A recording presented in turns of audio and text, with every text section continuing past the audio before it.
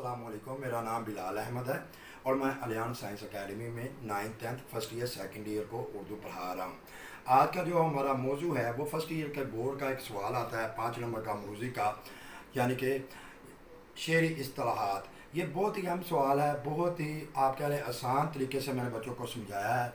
آپ میں نے اگر اس کو سمجھنا ہے تو میرے چینل کو سبسکرائب کریں، لائک کریں، لیکن اس کو واچ کریں۔ واچ کرنے سے آپ کے تمام سوالات اور آپ کی تمام مشکلات دور ہو جائیں گی۔ چلتے ہیں ہم اپنے ٹاپک کی طرف۔ تو شعری اصطلاحات میں 4 چیزیں ہوتی ہیں: مطلع، مقطع، قافیہ، ردیف۔ اب سب سے پہلے ہمیں معنی سمجھنے چاہیے کہ مطلع کے لغوی معنی کیا ہے۔ مطلع کے لغوی معنی ہے طلوع ہونے کی جگہ۔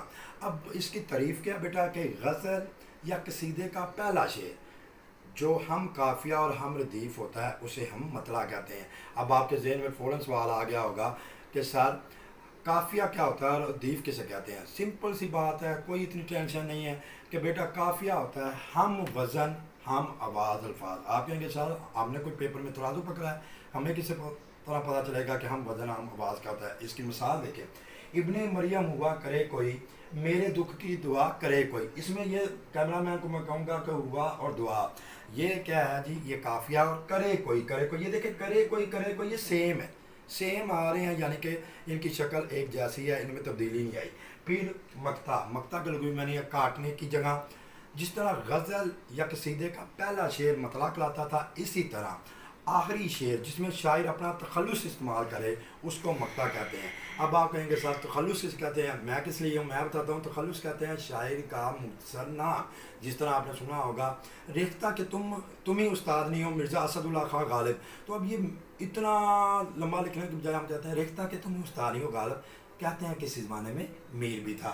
اس کے بعد ہم چلے جاتے ہیں قافیے کا۔ قافیے کے معنی ہم آواز ہم وزن الفاظ کسی بھی غزل یا قصیدے کے پہلے شعر میں آتے ہیں اور باقی تمام شعروں کے دوسرے مصرعے میں آتے ہیں۔ اب قافیہ کا دیکھیں، پھرا راہ سے وہ یہاں آتے آتے، اجل مر رہی ہے تو کہاں آتے آتے۔ کیمرہ مین دیکھے کہ یہاں اور کہاں، یہ ہے جی قافیہ، یہاں اور کہا کیا؟ قافیہ۔ اور آتے آتے کیا جی بیٹا جی؟ ردیف ہے۔ ہمیشہ آپ نے بات یاد رکھنی ہے، یہ ذہن نشین کر لیں کہ ہمیشہ قافیہ ردیف سے پہلے آتا ہے اور ردیف قافیے کے بعد آتا ہے۔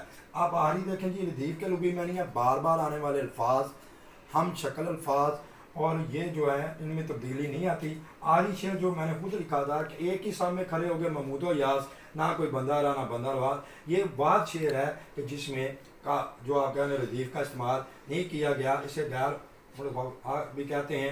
آپ کو اگر نوٹس چاہیے ہوں، آپ کا کوئی بھی سوال ہو تو آپ مجھے واٹس ایپ نمبر پہ رابطہ کر سکتے ہیں۔ نمبر میرا 0340125965 یہ آپ کے سامنے اسی طرح پریزنٹیشن آپ نے کرنی ہے، اسی طرح آپ نے پیپر میں لکھنا ہے۔ کوئی بھی سوال ہو تو کمنٹ باکس میں ویڈیو کے کو لائک کریے گا، شیئر کریے گا، واچ کریے گا، اور آپ کا کوئی سوال ہو تو وہ مینشن کرے گا، انشاءاللہ تعالیٰ آپ کو اس کا آسان طریقے سے جواب دیا جائے گا۔ جزاک اللہ خیر۔